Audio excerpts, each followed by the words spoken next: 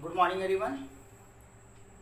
Last class में हम लोग सर्कुलर मोशन और हेलिकल मोशन से रिलेटेड क्वेश्चन सॉल्व कर रहे थे। तो सर्कुलर मोशन का एक और क्वेश्चन मैं तुम्हें दिखाता हूँ। वो है question number 45 S C Verma का। ये क्वेश्चन तुम देखोगे तो बहुत बड़ा क्वेश्चन है, लेकिन क्वेश्चन 5-6 पार्ट में है। कितने पार्ट में है? डी 4 पार्ट में क्वेश्चन है। तो सारे छोटे छोटे पार्ट हैं और तुम सॉल्व करना चाहो तो बहुत ही इजीली सॉल्व कर सकते हो। तो तुम उस क्वेश्चन को पहले पढ़ना, सॉल्व करना और फिर वीडियो देखना कि तुमने जो सॉल्व किया है वो सही है या नहीं है। मैं वही क्वेश्चन डिस्कस करने जा रहा हूँ। Question number 45। क्वेश्चन क्या है? दो चार्ज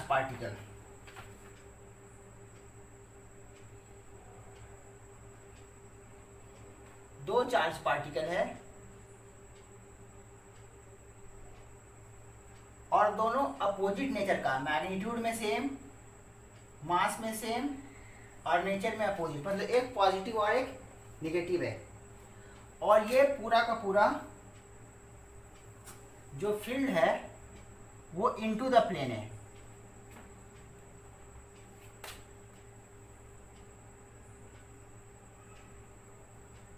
क्वेश्चन क्या है कि दोनों के बीच का सेपरेशन दिया हुआ है, ये गिवन है। चार्ज फिक्स है, मास फिक्स है, दोनों के बीच का सेपरेशन फिक्स है।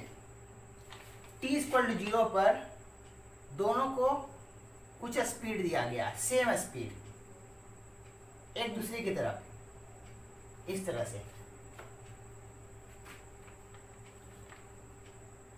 अब तुमसे पूछ रहा है कि ये जो स्पीड दिया गया है इसका मैक्सिमम वैल्यू क्या होगा। मैक्सिमम वैल्यू क्या होगा? उसका कंडीशन क्या है कि दोनों चार्ज पार्टिकल कोलिजन ना करे, दोनों कोलिजन ना करे।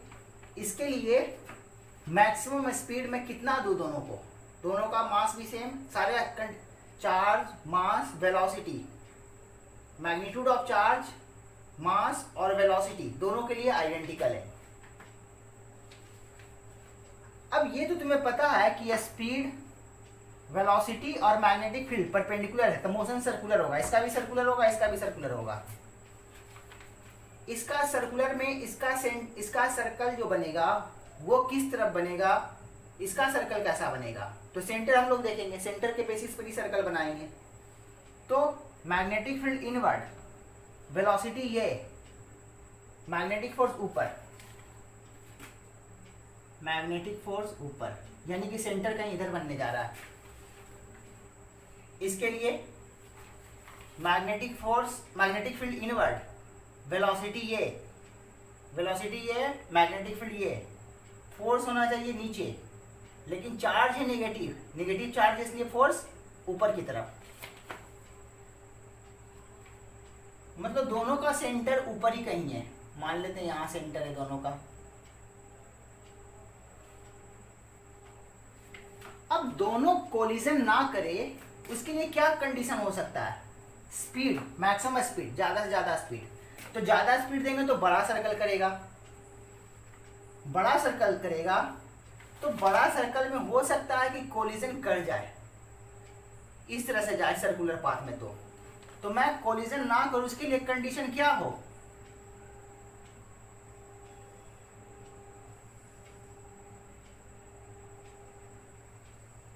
ये कंडीशन हो जाए और ये वापस अपने सर्कल में वापस चला जाए, ये इधर चला जाए। यही कंडीशन होना चाहिए ना। यानी कि इसका सेंटर यहां देखो, तो अगर यहां पर के बाद स्पीड इधर होने जा रहा है, मतलब सेंटर कहीं इधर, वेलोसिटी ये है तो सेंटर कहीं इधर है और इसका भी सेंटर कहीं इधर है, मतलब ये रेडियस और ये रेडियस है। तो मैक्सिमम स्पीड जो मैं दूं, जो कोलिजन ना हो, उसके लिए कंडीशन ये होना चाहिए। और ये कंडीशन मतलब ये अपना सर्कल में वापस चला जाए, ये अपना सर्कल में चला जाए वापस, कोलिजन ना करे। जाहिर है कि ये रेडियस होगा और ये भी रेडियस होगा, तो ये रेडियस और ये रेडियस आर और आर दोनों का रेडियस सेम होना चाहिए क्योंकि आइडेंटिकल कंडीशन है, रेडियस सेम। तो 2r equal to d, maximum speed के लिए यही कंडीशन होना चाहिए। तो मैं कह सकता हूं यहां से कि 2r इक्वल टू डी होना चाहिए मैक्सिमम स्पीड के लिए। और r कैसे लिख रहा हूं, 2mv max mv upon qb equal to d. यहां से v मैक्स कितना हो जाएगा, q D B upon 2m, ये मैक्सिमम स्पीड।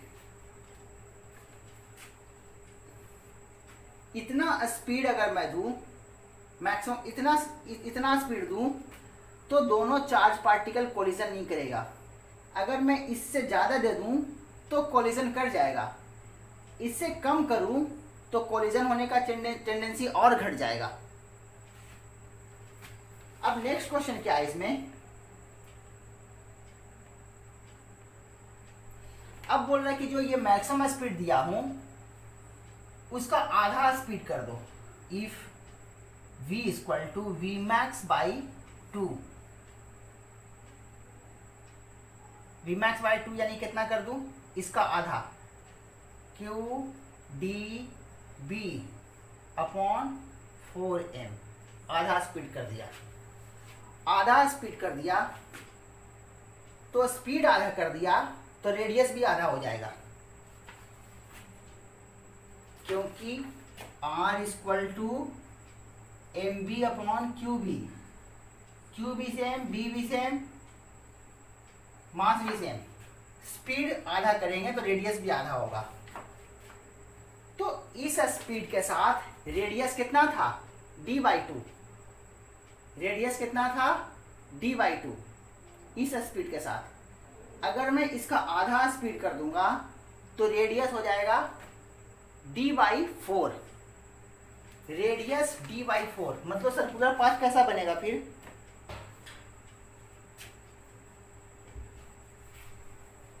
रेडियस छोटा तो सर्कुलर पाथ जो बनेगा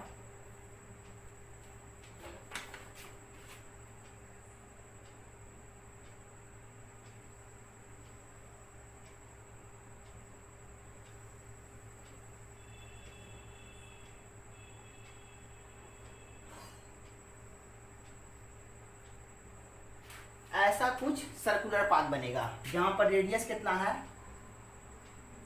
d/4। इस स्पीड के साथ रेडियस कितना था, d/2, r equal to d/2। इसका आधा स्पीड कर दिया तो रेडियस d/4।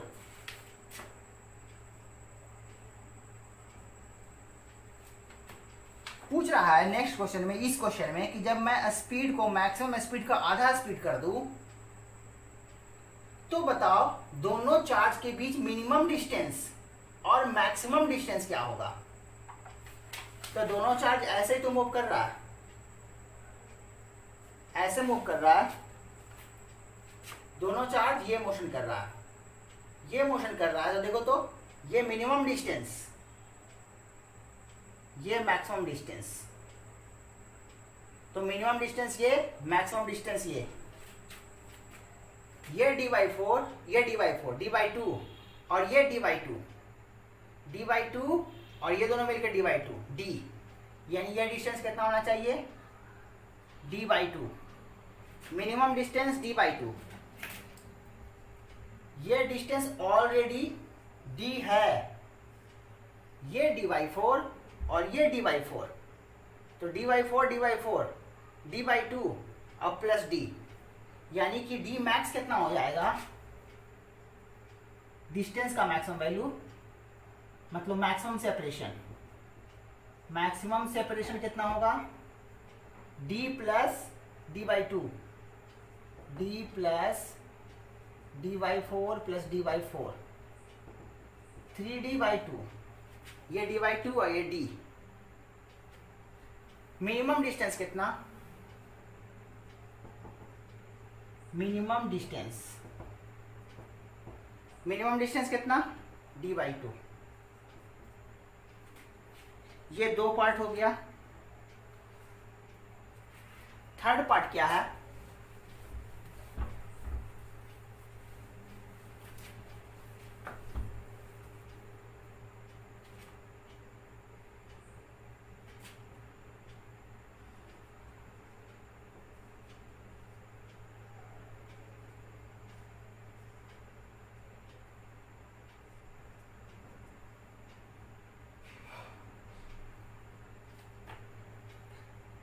थर्ड पार्ट बोल रहा है कि अगर Vmax का डबल कर दिया जाए, Vmax में तो जस्ट कोलिजन से बच रहा था, Vmax में जस्ट कोलिजन से बच रहा था, Vmax से डबल कर दिया गया तो अब क्या हो जाएगा, इधर ही कहीं कोलिजन कर जाएगा। इस तरह से इसका सर्कुलर पाथ इधर बनेगा, इसका सर्कुलर पाथ ये बनेगा, तो इधर ही कहीं कोलिजन कर जाएगा क्योंकि दोनों एक ही साथ निकल रहा है। तो आइडेंटिकल कंडीशन है तो सिमेट्रिक मूव करेगा, जितना डिस्टेंस ये चलेगा उतना डिस्टेंस ये चलेगा, वर्टिकल भी सेम, हॉरिजॉन्टल भी सेम, तो किसी टाइम पर कोलिजन हो जाएगा दोनों का।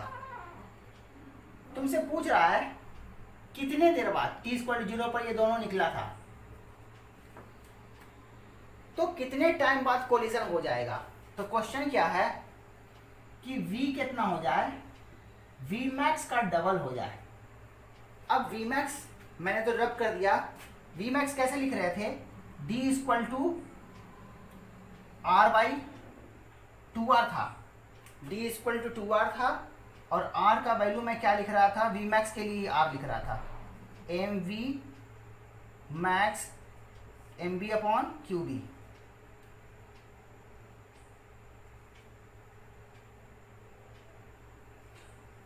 तो यहां से देखो तो Vmax कितना हो जाएगा, QBD/2m। Vmax यही था, QBD/2m। तो मैक्सिमम स्पीड का डबल स्पीड अगर कर दिया जाए तो पहले ही कहीं कोलिजन हो जाएगा। यहां पर क्या टाइम पूछ रहा है, वो टाइम बताओ जब कोलिजन हो जाएगा। इसको कैसे देखेंगे, वही सर्कुलर पाथ वाला unitary method, theta angle 360 move करने का time capital T, unit angle move करने का time T/360, theta angle move करने का टाइम T/360 इंटू थीटा। तो अपने को सिर्फ ये पता करना है, सेंटर तो कहीं इधर कहीं है, मान लो यही पाथ है, ये इसका रेडियस, ये रेडियस, इसके लिए ये रेडियस, ये रेडियस भी आइडेंटिकल होने जा रहा है। मैं सिर्फ ये पता कर लूं, याद करो कितना एंगल से डेविएट किया है, फेंका था हॉरिजॉन्टल, अब इसका स्पीड किधर है, इसका स्पीड इधर है और इसका स्पीड इधर है।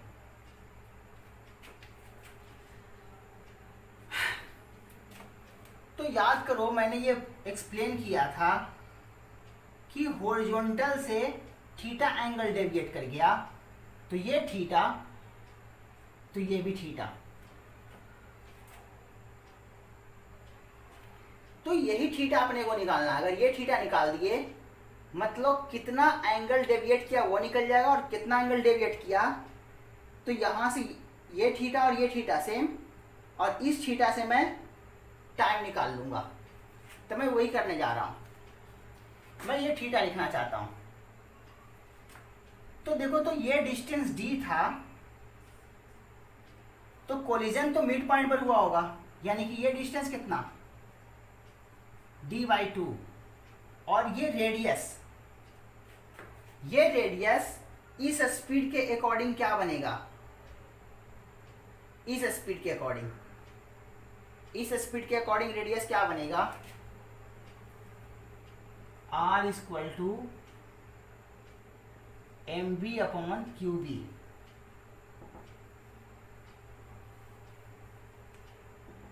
एम वी, वी की जगह यही है, यहां से देखो तो 2 से 2 कैंसिल हो जाएगा, तो कितना बनेगा ये जो था अभी, ये मैंने वी मैक्स वी निकाला था, तो वी कितना हो जाएगा q b d by m. तो यहाँ पर वी कितना है q b d by q b, और यहाँ से एम बी नीचे है, तो यहाँ से क्यू बी कैंसिल, एम से एम कैंसिल, यानी कि इस केस के लिए रेडियस जब स्पीड मैक्सिमम स्पीड का डबल स्पीड कर दे उस वक्त रेडियस कितना हो जाएगा डी के बराबर, दोनों के सेपरेशन के बराबर रेडियस हो जाएगा जब मैक्सिमम स्पीड का डबल स्पीड कर रहे हैं। मैक्सिमम स्पीड कौन सा केस के लिए, दोनों के बीच कोलिजन ना हो उसके लिए मैक्सिमम स्पीड, उस स्पीड का डबल स्पीड कर देंगे तो रेडियस बन जाएगा डी। अब अपने को पता चल गया ये डी, ये डी बाई 2, तो ये थीटा कितना, देखो तो इस ट्राइंगल राइट एंगल ट्राइंगल के लिए परपेंडिकुलर हाइपोटेन्यूज, तो मैं बोल सकता हूं sine theta equal to perpendicular upon hypotenuse half, sine theta half यानी थीटा इक्वल टू 30 डिग्री।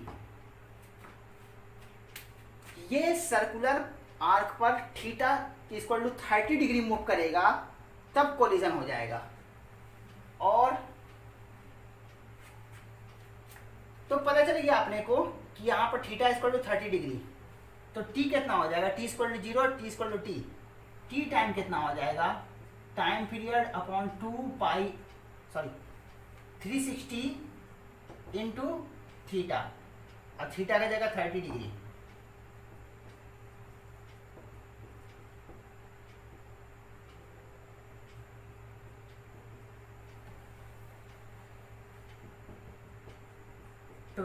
और ये कितना था time period 2 pi m upon q b, और ये 12,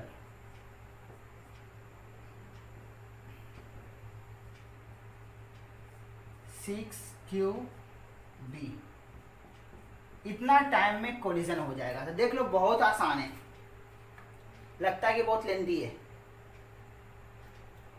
अब मैं एक क्वेश्चन हेलिकल मोशन का करूंगा, और वो जो मैंने लास्ट क्लास में एक्सप्लेन किया था कि पोटेंशियल डिफरेंस के कारण चार्ज एक्सीलरेट होता है, उसका भी यूज़ है और हेलिकल मोशन का भी यूज़ है, और बहुत ही शानदार क्वेश्चन है ये ऐसी वर्मा का।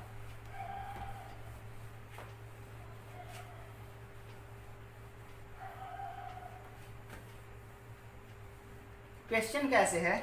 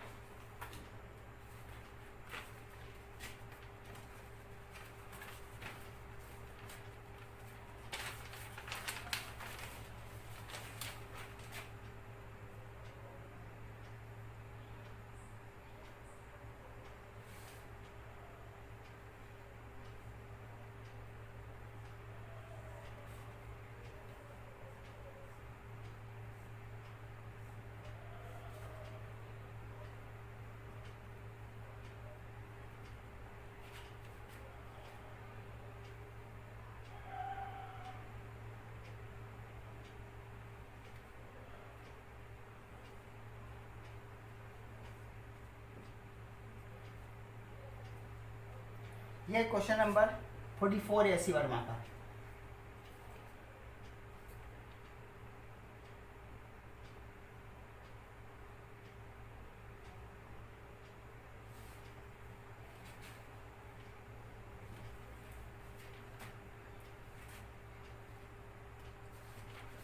तुम पहले क्वेश्चन को पढ़ लेना, फिर अटेम्प्ट करने की कोशिश करना खुद से,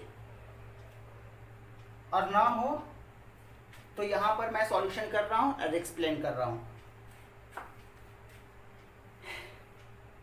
ये कोई इलेक्ट्रॉन गन है जिससे इलेक्ट्रॉन निकल रहा है। किस तरह से निकल रहा है अपने को नहीं मालूम, जरूरत भी नहीं समझने की, बस इतना समझना कि यहां से इलेक्ट्रॉन निकल रहा है 0 स्पीड से, और वो इलेक्ट्रॉन v पोटेंशियल डिफरेंस से एक्सेलरेट हो रहा है। देख लो, v पोटेंशियल डिफरेंस से एक्सेलरेट हो रहा है, तो इसका स्पीड बढ़ रहा होगा, बढ़ते बढ़ते बढ़ते यहां पर स्पीड मैक्सिमम। एक छोटा सा होल है, इस होल से बाहर इलेक्ट्रॉन निकल रहा है, और इस होल से बाहर का सिचुएशन जो है वो मैग्नेटिक फील्ड रीजन है। ये वाला रीजन मैग्नेटिक फील्ड है जो कि यहां दिया हुआ है। अब यहां से जो इलेक्ट्रॉन निकल रहा है वो स्पीड से निकल रहा होगा क्योंकि वो एक्सीलरेट हुआ है।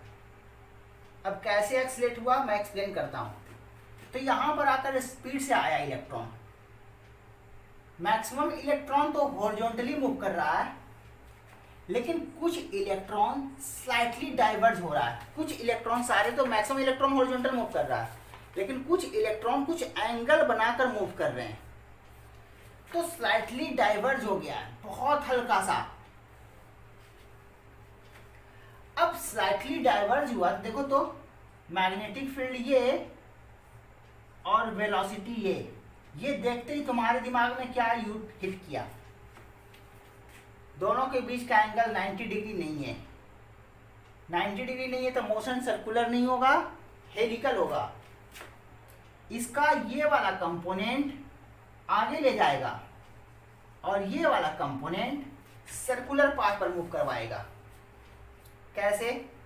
देखो तो, मैग्नेटिक फील्ड और ये वेलोसिटी का कंपोनेंट, तो फोर्स किधर? अंदर, अंदर फोर्स, लेकिन इलेक्ट्रॉन है तो फोर्स किधर हो जाएगा? बाहर।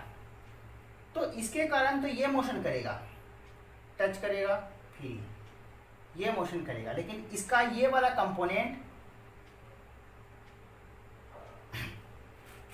बोल रहा है कि जो स्लाइटली डाइवर्ज कर रहा है वो वापस एक्सिस पर मिलेगा। तो देखो तो वापस एक्सिस पर कब मिलता है? कैसे जा रहा था ये? यही तो हो रहा है। अगर इधर ना जाता तो ये मोशन करता सर्कुलर। इसका ये वाला कंपोनेंट के कारण दोबारा इस एक्सिस पर कब आएगा? एक चक्कर लगा करके, यानी कि कह सकते हो ये पिच है। एक चक्कर लगा करके वापस यहां टच करेगा, यानी पिच। तो इसे क्वेश्चन में कह रहा है, यहां पर पिच ना बोल करके क्वेश्चन में ये बोल रहा है कि प्रूव करो जो स्लाइटली डाइवर्ज हुआ है इलेक्ट्रॉन वो इतना डिस्टेंस चल के, ये डिस्टेंस चल के वापस एक्सिस पर मिलेगा। और उसको वो बोल रहा है कि कितना डिस्टेंस चलेगा, ये प्रूव करने के लिए बोल रहा है। मान लो मैं इसे x बोलता हूं, तो कह रहा प्रूव करो x equal to 8 pi square mv upon EV square, जहां v पोटेंशियल डिफरेंस को रिप्रेजेंट कर रहा है, E इलेक्ट्रॉन का चार्ज, ये प्रूव करने के लिए बोल रहा है। कुल मिलाकर देखा जाए तो तुमसे क्या पूछ रहा है? पिच। क्योंकि वापस इस एक्सिस पर कब मिलेगा? एक रोटेशन करके, एक चक्कर लगा करके।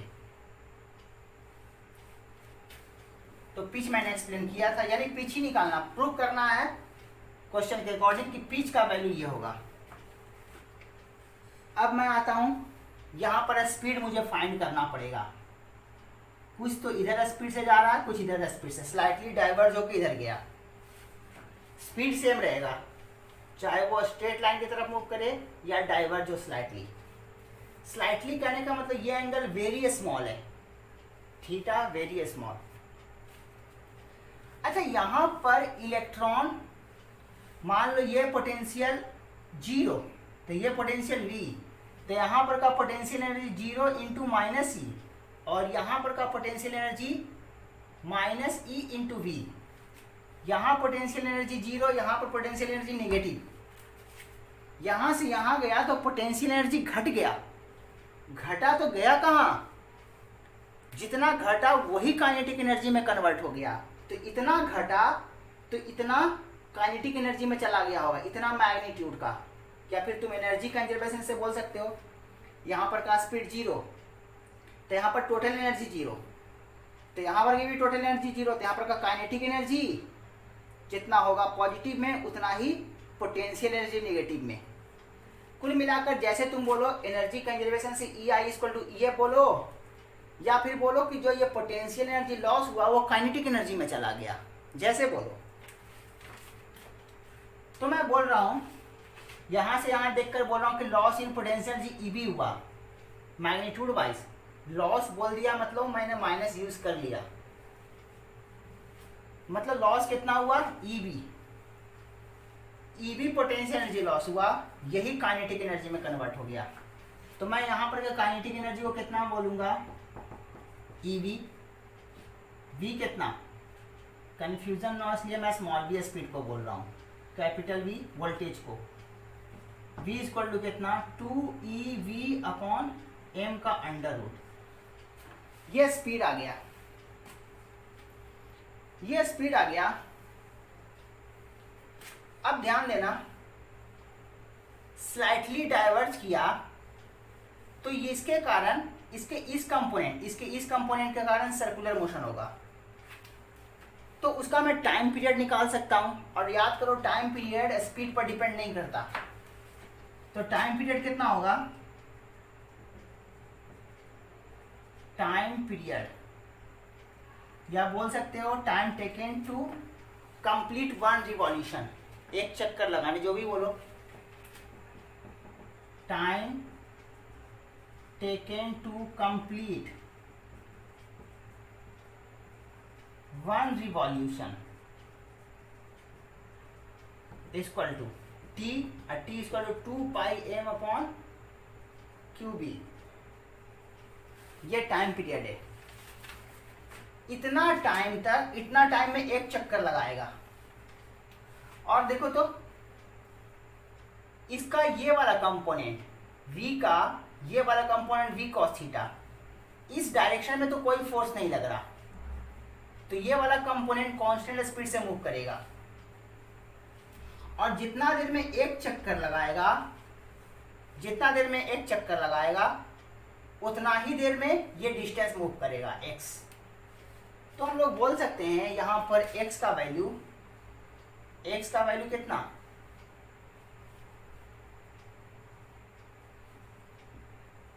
मैग्नेटिक फील्ड को मैं ऊपर दिखा दे रहा हूं, x इक्वल टू कितना V cos theta into time period, क्योंकि इस डायरेक्शन में कोई एक्सीलरेशन नहीं है, तो distance equal to speed into time. अच्छा, ये क्वेश्चन में बोला था बहुत ही स्लाइटली डाइवर्ज किया, मतलब theta tends to 0, slightly diverge करने का मतलब। और थीटा को टेंड करोगे 0 को, तो cos थीटा टेंड करेगा 1 को, cos 0 इक्वल टू 1। यानी इसका मतलब मैं बोल सकता हूँ x इक्वल टू VT। क्यों? क्योंकि थीटा बहुत ही कम है, स्लाइटली डाइवर्ज किया हुआ है। अब V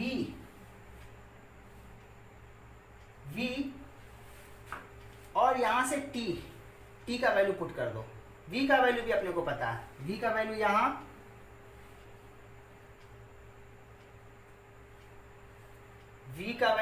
है और t का वैल्यू यहां है, पुट कर रहा हूं मैं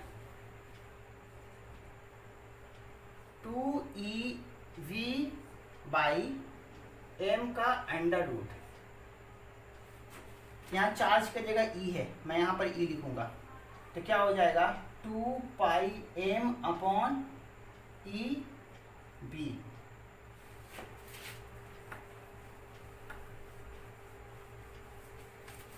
मैं पूरे को रूट बना देता हूं क्योंकि आंसर भी उसी तरीके से है। तो कैसा करूंगा 2EV बाई m, इसको रूट के अंदर लाऊंगा तो सबको स्क्वायरिंग करूंगा, 4 pi square m square upon E square B square.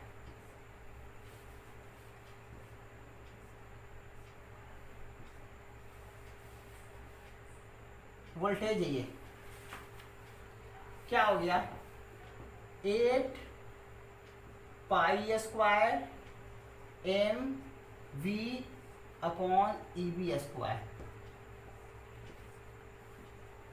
देख लो, यही प्रूफ करना था अपने को।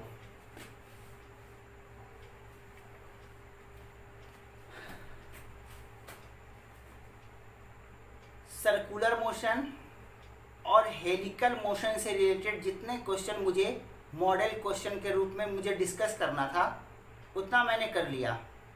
अब आगे तुम अपने सिचुएशन के अकॉर्डिंग क्वेश्चन सॉल्व करो।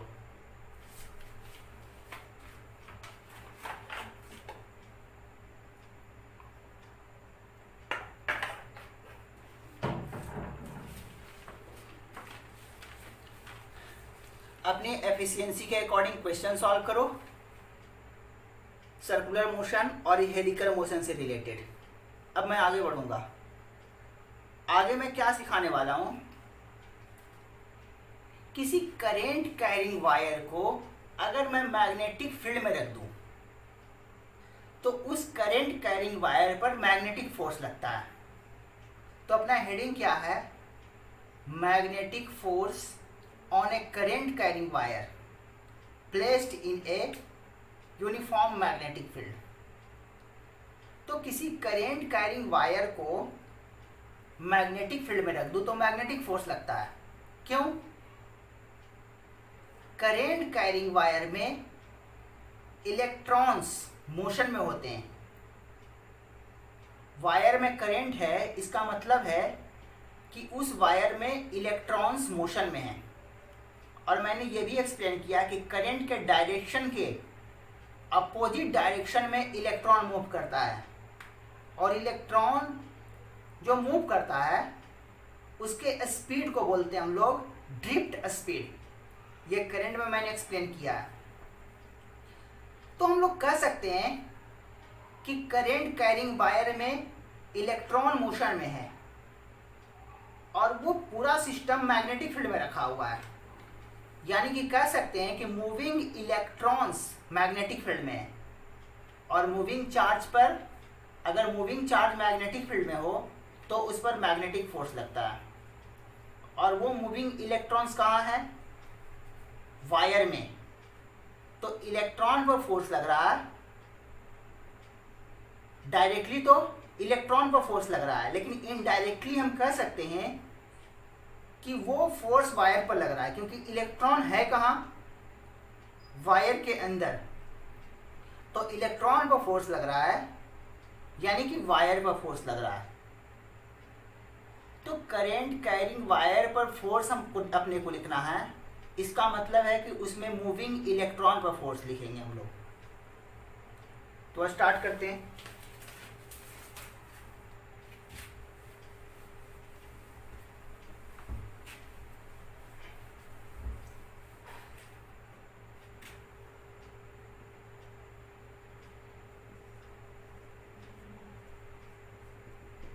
Magnetic force on a current carrying wire placed in uniform magnetic field.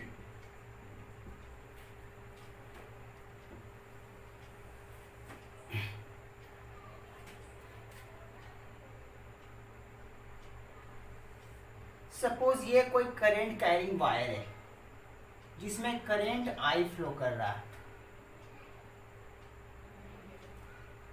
मैं पहले ही कुछ टर्म डिफाइन कर लेता हूं। तो करंट आई है इस वायर का क्रॉस सेक्शन एरिया।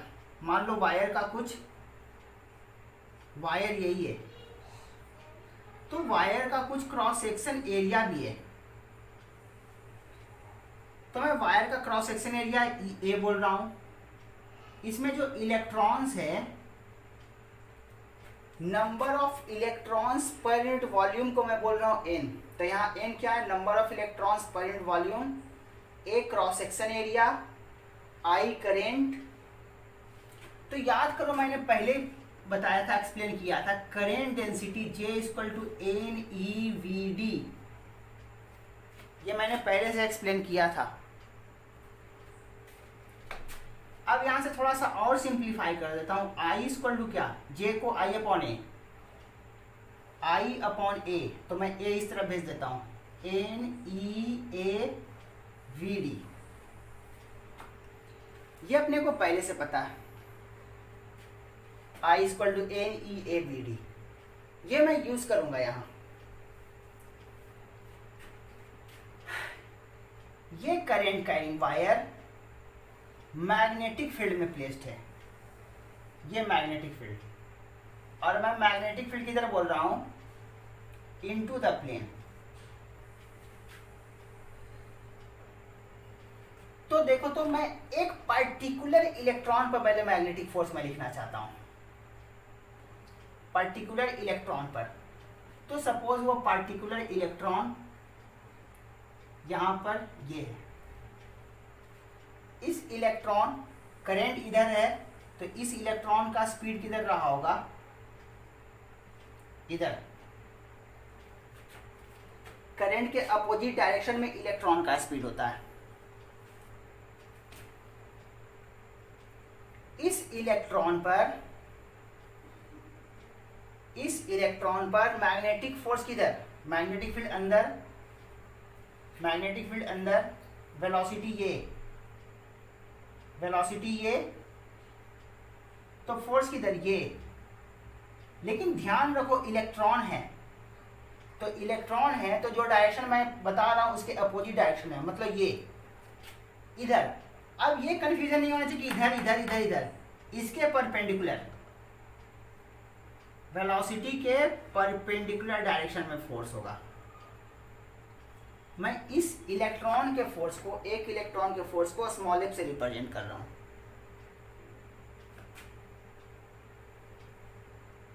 तो ये स्मॉल एफ कितना, मैं इसको लिख रहा हूं,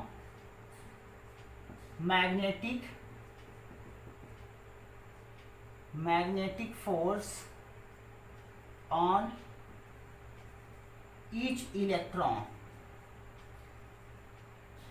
ऑफ वायर इज,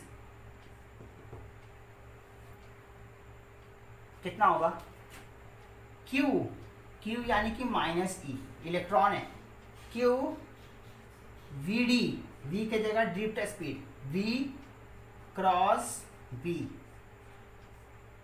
क्योंकि मैग्नेटिक फील्ड B में रखा हुआ है। एक इलेक्ट्रॉन पर मैंने फोर्स लिखा। अब मैं क्या लिखना चाहता हूं, एक इलेक्ट्रॉन पर ना लिख करके इतना लेंथ, इसको मैं dl लेंथ बोल रहा हूं। dl लेंथ, इस वायर का जो भी लेंथ हो उसका dl लेंथ, स्मॉल लेंथ में जितने भी इलेक्ट्रॉन्स है उस पर मैं फोर्स लिखना चाहता हूं। इतना लेंथ में जितना भी इलेक्ट्रॉन होगा उस पर, तो इतना लेंथ में जितना भी इलेक्ट्रॉन होगा वो सारे इलेक्ट्रॉन पर फोर्स बोलो, या बोलो कि वायर के डीएल लेंथ पर फोर्स, क्योंकि इलेक्ट्रॉन्स तो लेंथ में वायर में ही तो है, तो इतना लेंथ के इलेक्ट्रॉन्स पर फोर्स बोलो या बोलो वायर के डीएल लेंथ पर फोर्स। तो इलेक्ट्रॉन पर फोर्स बोलो या डीएल लेंथ ऑफ वायर पर फोर्स बोलो, बात एक ही है। तो मैं वही लिखने जा रहा हूं। पहले तो मैं इलेक्ट्रॉन ही बोल देता हूं। मैं अब क्या बोलता हूं, magnetic force on electrons, magnetic force on electrons, कौन सा electrons, of DL length of wire is, DL length पर जो डीएल लेंथ में जो इलेक्ट्रॉन्स है उस पर फोर्स को मैं डीएफ बोलता हूं। इलेक्ट्रॉन के लिए मैं स्मॉल एफ यूज किया था, लेकिन डीएल लेंथ में जो इलेक्ट्रॉन पर फोर्स है उसको मैं डीएफ से यूज कर रहा हूं। तो ये कितना हो जाएगा, डीएफ इक्वल टू उतना इलेक्ट्रॉन्स, एक इलेक्ट्रॉन पर फोर्स था ना, इतना लेंथ में कितना इलेक्ट्रॉन, यूनिट वॉल्यूम में, एन क्या था, number of electrons per unit volume, unit volume में एन इलेक्ट्रॉन्स, कितना वॉल्यूम में चाहिए, A into D L, area of cross section into length, wire का वॉल्यूम हो जाएगा, वायर के इतना वायर का वॉल्यूम कितना, A D L, unit volume में एन रिप्रेजेंट कर रहा है number of electrons per unit volume, unit volume में इतना इलेक्ट्रॉन्स, तो इतना वॉल्यूम में कितना इलेक्ट्रॉन्स,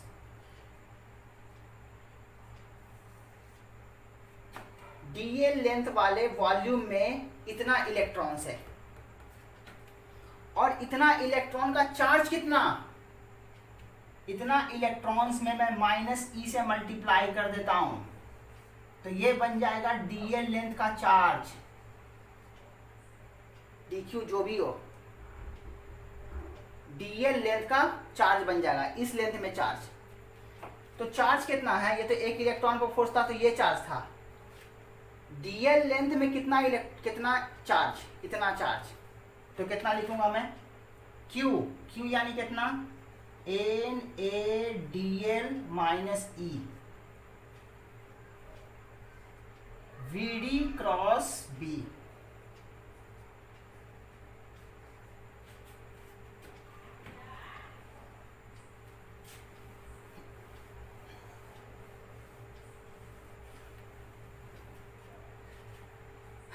अब ये मैग्नेटिक फोर्स इलेक्ट्रॉन्स पर बोलो या d l length of the wire पर बोलो, एक ही बात है, तो अब मैं इसको बोल दे रहा हूं, इसको बोल सकता हूं magnetic force on DL length of wire,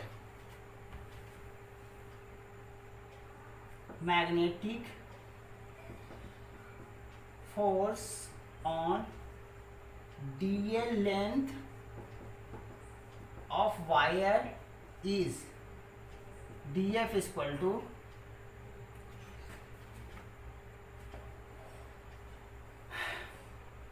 minus n a dl e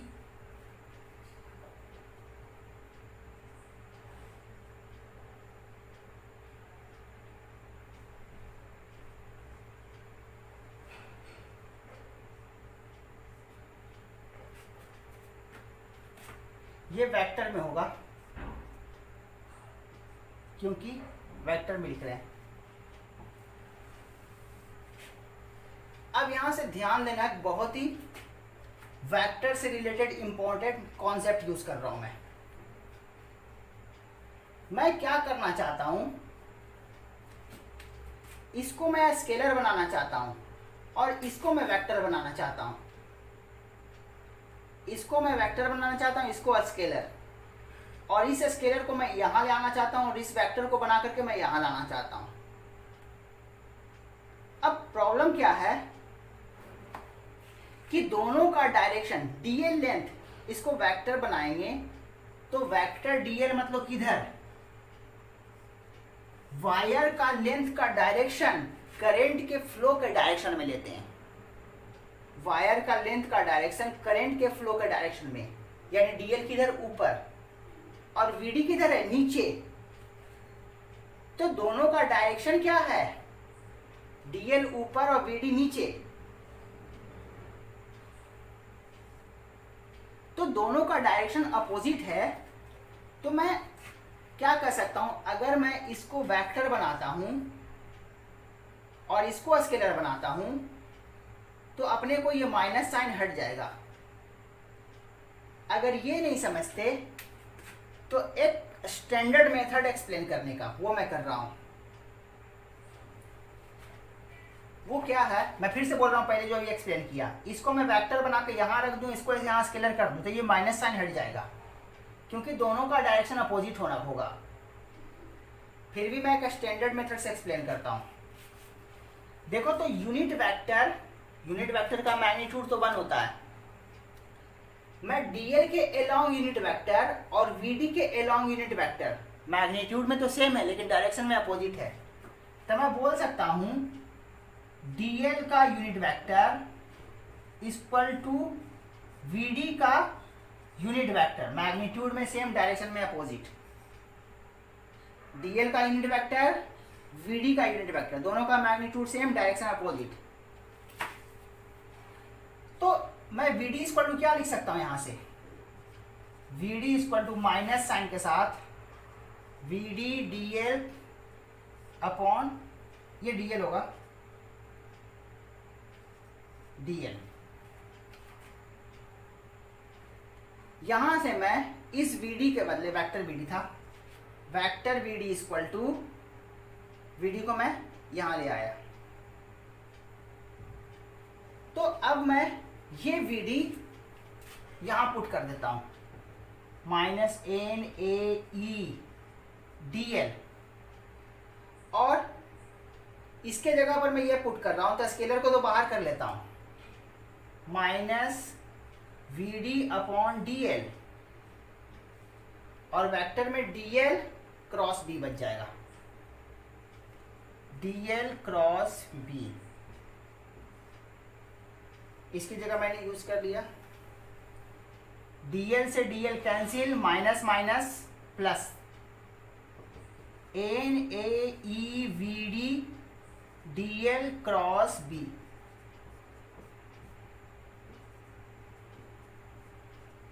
देख लो, मैंने यही बोला था कि इसको अगर वीडी बाहर लाओगे, डीएल वेक्टर यहां बनाओगे तो माइनस साइन हट जाएगा, माइनस साइन कैंसिल हो गया, माइनस माइनस प्लस। और यही अपना क्या है, n e a v d I, ये आई है, तो मैं क्या लिख सकता हूं यहां से, I D l cross B.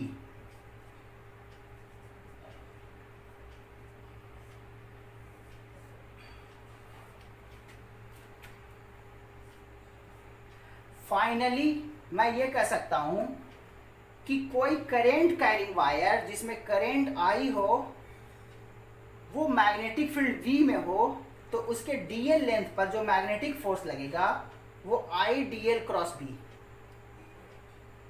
Just like जैसे मैग्नेटिक फोर्स लिख रहा था Q V cross B, change क्या हुआ,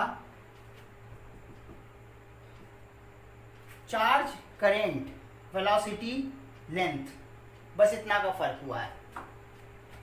अब डायरेक्शन भी देखेंगे तो वैसे ही देखेंगे, यहां जो यहां पर जो एक्सप्लेन कर रहा था, तो जो वेलोसिटी को मैं थंब बोल रहा था, वो अब मैं डीएल को थंब बोलूंगा। जो यहां वेलोसिटी को थंब बोल रहा था, थंब का डायरेक्ट, ये तो मैग्नेटिक फील्ड तो इन सब फिंगर्स को रिप्रेजेंट कर रहा है, वेलोसिटी को मैं थंब से, वेलोसिटी के डायरेक्शन को थंब से रिप्रेजेंट करता था, इसमें डीएल के डायरेक्शन को मैं थंब से रिप्रेजेंट करूंगा, बाकी वैसे ही एक्सप्लेन करेंगे। मैं फिर से बोल रहा हूं, किसी करंट कैरिंग वायर को अगर मैग्नेटिक फील्ड में रख दो तो उसके डीएल लेंथ पर फोर्स ऐसे लिखेंगे। अच्छा, मैं पूरा लेंथ यूज क्यों नहीं कर रहा हूं, डीएल लेंथ पर ही क्यों लिखा, एल लेंथ पर मैं क्यों नहीं लिखा। मान लो पूरे का लेंथ एल होता, तो मैं डीएल लेंथ पर ही क्यों लिखा हूं। सबसे पहले तो मैं डीएल लेंथ पर फोर्स का डायरेक्शन देखना चाहता हूं। अगर यही डीएल लेंथ है, मैग्नेटिक फील्ड इनवर्ट ही है, मैग्नेटिक फील्ड अभी भी इनवर्ट डायरेक्शन में है, तो इस डीएल लेंथ पर जिसका करंट आई है, यानी कि डीएल का डायरेक्शन ये, फोर्स का डायरेक्शन क्या होगा, जिस प्लेन में डीएल और बी है, जिस प्लेन में डीएल और बी है उसके परपेंडिकुलर। बी किधर है, अंदर की तरफ है, डीएल किधर है, इधर है, बी अंदर, डीएल इधर, दोनों को कंटेन करने वाला प्लेन ये, इस प्लेन के परपेंडिकुलर, या तो इधर या इधर, इधर या इधर। अपने को फिर से वो नहीं करना है, फिर से वही काम करना है। देखो तो मैग्नेटिक फील्ड, जैसे मैंने आशीर्वाद रूल एक्सप्लेन किया था, मैग्नेटिक फील्ड अंदर, डीएल किधर, डीएल ये, फोर्स किधर इधर, और डीएल के परपेंडिकुलर होगा डीएल और बी के भी। तो डीएल ये है तो इसके परपेंडिकुलर क्या हो जाएगा, डीएल ये है तो फोर्स इधर। तो इस डीएल पर जो फोर्स बनेगा वो डीएल के परपेंडिकुलर इधर डीएफ। अब मैं पूरे वायर का लेंथ अगर एल है तब मैं पूरे पर एक बार फोर्स क्यों नहीं लिख रहा वो एक्सप्लेन करता हूं। इस डीएल पर फोर्स किधर, इधर, इस डीएल पर फोर्स किधर, इधर।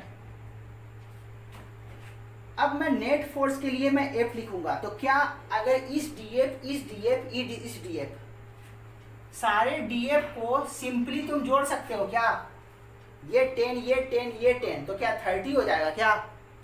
सबका डायरेक्शन भी अलग अलग है तो डायरेक्शन को देखकर अपने को इंटीग्रेट करना पड़ेगा। यहां से अगर मुझे एल लेंथ पर इंटीग्रेट करना है, सब पर फोर्स लिखना है, तो इसको मैं एफ नहीं लिख सकता इंटीग्रेशन करके, क्योंकि देख लो सबका डायरेक्शन एक नहीं है। अगर सबका डायरेक्शन एक होता तो मैं यहां से इंटीग्रेट करता तो एफ आता टोटल फोर्स, लेकिन सभी का डायरेक्शन डीएफ, हर एक डीएल लेंथ का डायरेक्शन अलग अलग है फोर्स का, हर एक डीएल पर फोर्स का डायरेक्शन अलग अलग है, इसलिए मैं इसको इंटीग्रेट करके एफ नहीं लिख सकता। डायरेक्शन को देख के हम इंटीग्रेट करेंगे। ये बात इलेक्ट्रोस्टैट में भी सिखाया हूं मैं, इसीलिए हम लोग डीएल लेंथ का ही फोर्स लिख रहे हैं, पूरे लेंथ का फोर्स नहीं लिख रहे हैं। अगर यही वायर स्ट्रेट होता तो सभी डीएल पर force, DF, DF, DL length पर फोर्स डीएफ, सबका डायरेक्शन एक है तो सभी डीएफ डीएफ डीएफ जोड़ देंगे, सिंपली ऐड कर लेंगे तो नेट फोर्स मिल जाएगा। यानी इसी को मैं इंटीग्रेट कर दूंगा। तो यहां पर मैं इंटीग्रेट करके, इस केस के लिए इंटीग्रेट करूंगा तो एफ मिलेगा नेट, लेकिन इसको इंटीग्रेट करूंगा तो नेट एफ नहीं मिलेगा। इसीलिए जब वायर स्ट्रेट हो तो पूरे पर फोर्स हम लिख पाते हैं, नहीं तो फिर अपने को इंटीग्रेशन से देखना पड़ता है। इसीलिए मैं डीएल लेंथ पर फोर्स लिखा हूं मैं। ये बातें बहुत अच्छी से क्लियर होनी चाहिए, क्यों डीएल लेंथ पर मैं फोर्स लिखा हूं। तो ये फार्मूला भी अब तुम्हें तुम्हारे जुबान पर होना चाहिए। मैंने कौन कौन फार्मूला सिखाया, रेडियस सिखाया, टाइम पीरियड सिखाया, चार्ज पर मैग्नेटिक फोर्स सिखाया, और अब मैं करेंट कैरिंग वायर पर फोर्स, चार्ज पर फोर्स, करेंट कैरिंग वायर पर फोर्स, और करेंट कैरिंग वायर पर फोर्स भी कैसा लिख रहे हैं, डीएल लेंथ पर फोर्स लिख रहे हैं, जो कि डीएफ बन रहा है।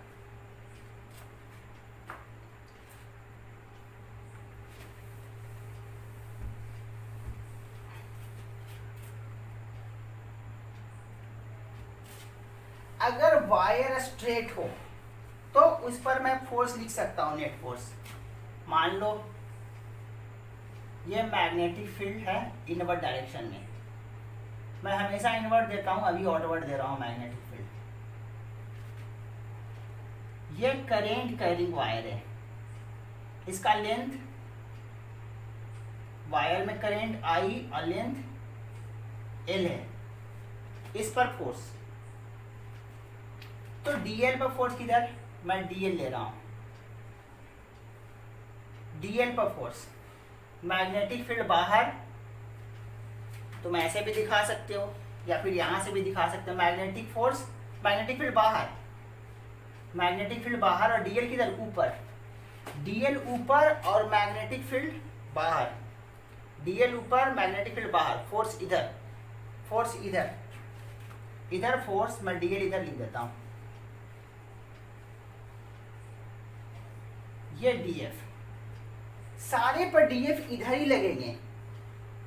तो पूरे को फोर्स लिखना है तो इसी डीएफ को इंटीग्रेट कर दो, तो पूरे पर फोर्स निकल जाएगा, क्योंकि सभी का डीएफ इधर ही है, तो सबका डीएफ ऐड होगा।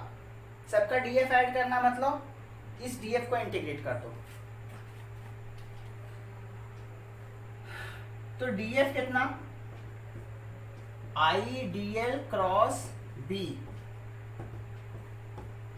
एफ कितना, आई है ही, सिर्फ इसी का इंटीग्रेशन होगा, इसका तो इंटीग्रेशन होगा ही नहीं, ना एंगल चेंज होने वाला है। डीएल और बी के लिए हर एक सेक्शन के लिए एंगल भी फिक्स है 90 डिग्री। तो डीएल का इंटीग्रेशन एल,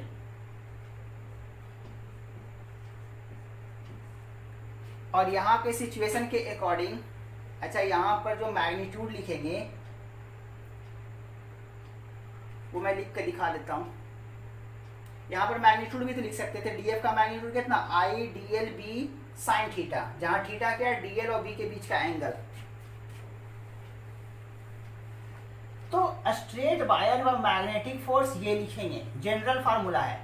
इस सिचुएशन के अकॉर्डिंग मैग्नेटिक फील्ड इनवर्ड और लेंथ ये मैग्नेटिक फील्ड ये, दोनों के बीच का एंगल 90 डिग्री। तो यहाँ से क्या हो जाएगा, आई एल बी क्रॉस में क्या होता है, साइन 90, आई एल बी, ये फोर्स का मैग्नीट्यूड हो जाएगा।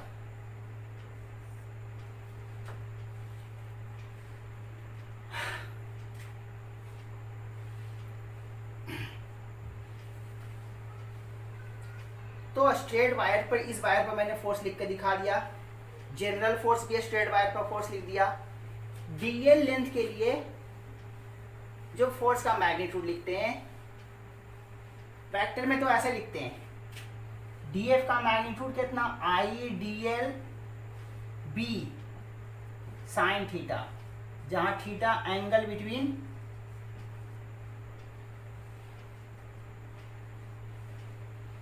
DL and B.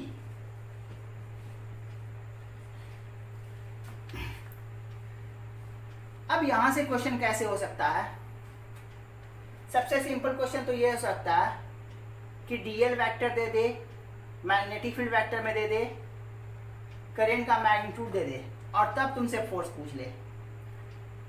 तो दोनों का क्रॉस कर देंगे, और क्रॉस करके इस मैग्नीट्यूड से मल्टीप्लाई करके फिर मैग्नीट्यूड निकाल देंगे, तो फोर्स मिल जाएगा। तो एक तो हो सकता है ये वेक्टर फॉर्म में पूछे तो वेक्टर फॉर्म में ही लिख देंगे, दोनों का क्रॉस कर देंगे, उससे ये मल्टीप्लाई कर देंगे वेक्टर में ही। अगर मैग्नीट्यूड पूछा तो वेक्टर में लिख करके फिर इसका मॉडुलस करके मैग्नीट्यूड फाइंड कर लेंगे, क्योंकि क्रॉस का मैग्नीट्यूड अपने को फाइंड करने आता है। तो क्रॉस का मैग्नीट्यूड फाइंड कर लो और आई से मल्टीप्लाई कर दो।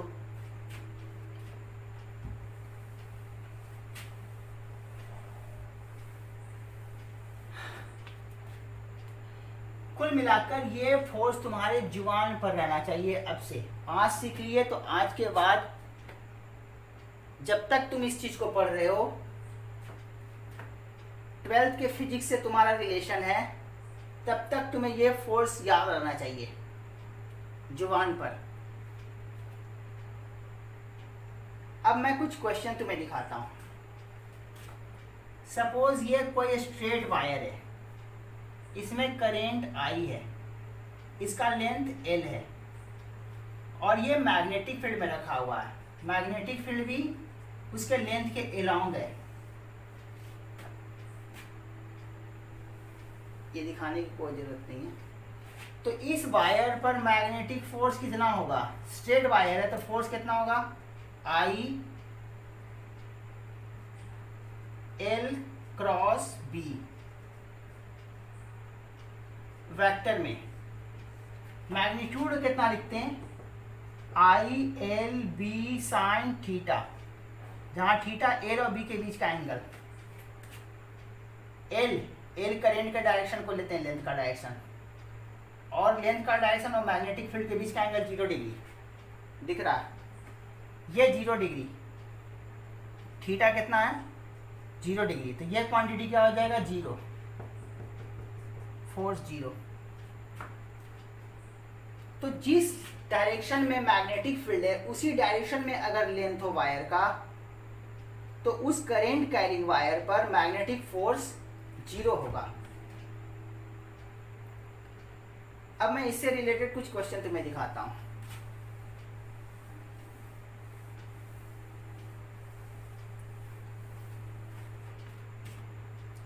एक बहुत ही सिंपल क्वेश्चन है जहां पर एसी वर्मा में magnetic field current carrying wire पर मैग्नेटिक फोर्स सिखाया गया है, वहीं पर एक न्यूमेरिकल भी रखा गया है।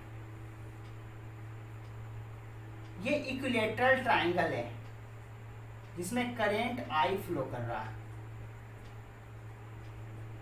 और इस बेस के पैरेलल मैग्नेटिक फील्ड का डायरेक्शन है।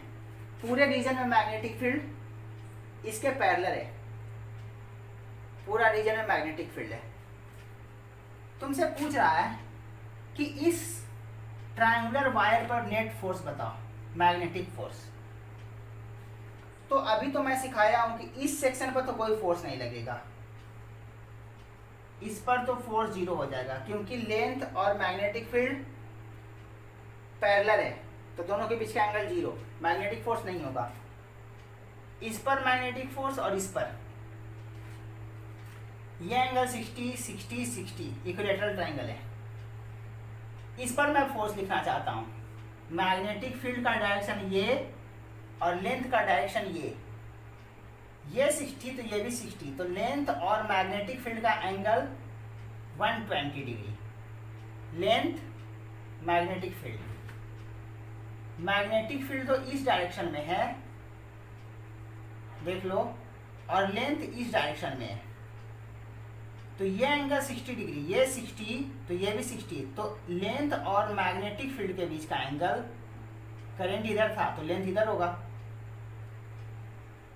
120 डिग्री।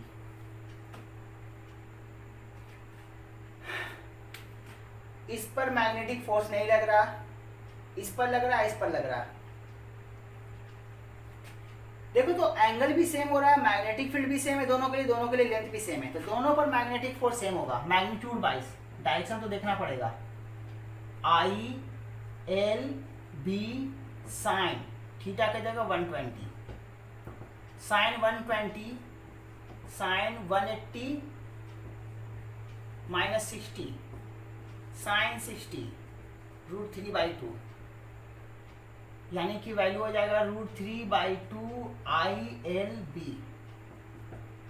ये तो मैग्नेटिक फोर्स का मैग्नीट्यूड दोनों का सेम। डायरेक्शन किधर किधर होगा,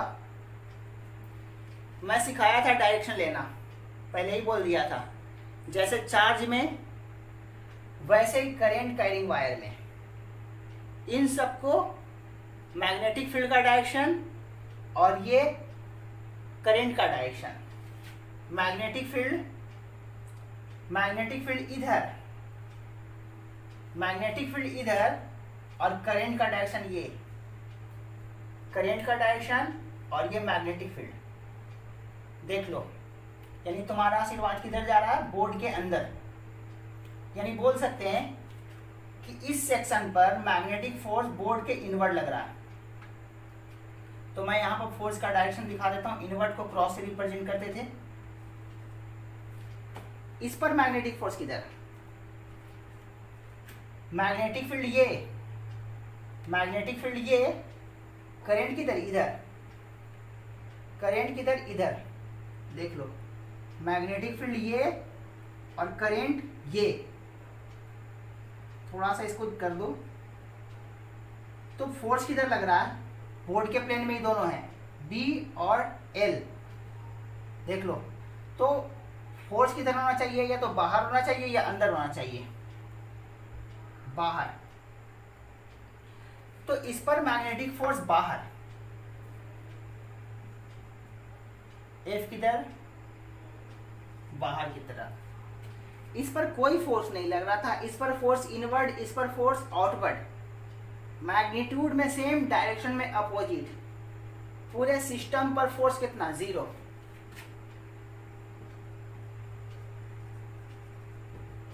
क्योंकि इस पर आउटवर्ड, इस पर इनवर्ड, इस पर कोई फोर्स नहीं।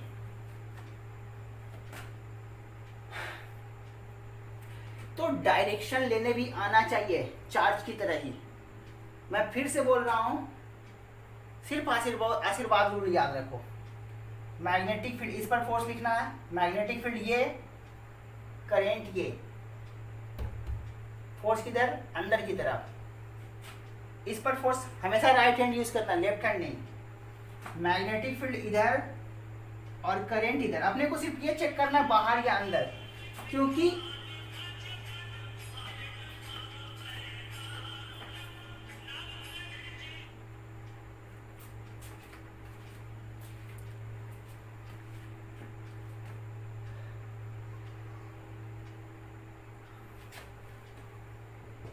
F equal to I L cross B.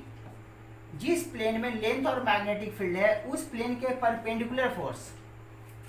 तो किस प्लेन में, मैग्नेटिक फील्ड बोर्ड के प्लेन में और लेंथ भी बोर्ड के प्लेन में। देख लो, दोनों वेक्टर बोर्ड के प्लेन में है, तो फोर्स क्या होना चाहिए, बोर्ड के प्लेन के परपेंडिकुलर। बोर्ड के प्लेन के परपेंडिकुलर आउटवर्ड या इनवर्ड।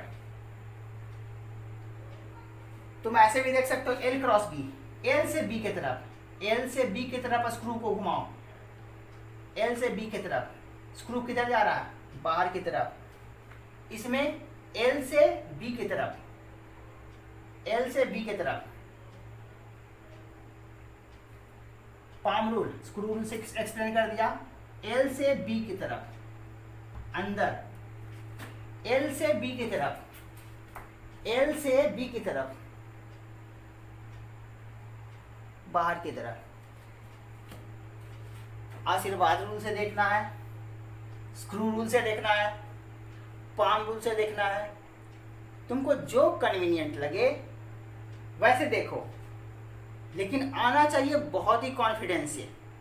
बल्कि मैं तो बोलता हूँ आशीर्वाद रूल सबसे इजी है।